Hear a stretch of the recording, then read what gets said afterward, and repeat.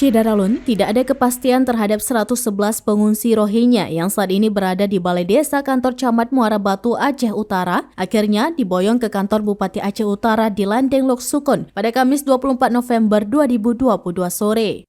Informasi yang dihimpun serambinews.com, mereka diangkut menggunakan dump truck.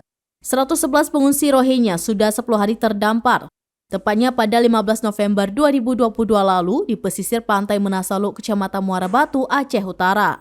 Sudah 10 hari berada di kantor Camat Muara Batu setelah sebelumnya selama 3 hari berada di Menasaluk. Warga membawa pengungsi itu ke balai kecamatan setempat karena mereka menempati musola tempat ibadah masyarakat.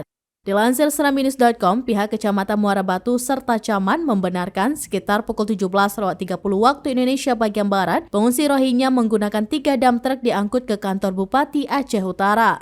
Diduga masyarakat kesal dengan pihak yang tidak bertanggung jawab terhadap Rohingya itu. Dengan kekesalan itu akhirnya masyarakat meminta mereka pengungsi Rohingya harus dipindahkan segera. Sementara 119 warga Rohingya di Kampung Beluka Tubai, Kecamatan Dewantara masih berada di lokasi tempat semula mendarat.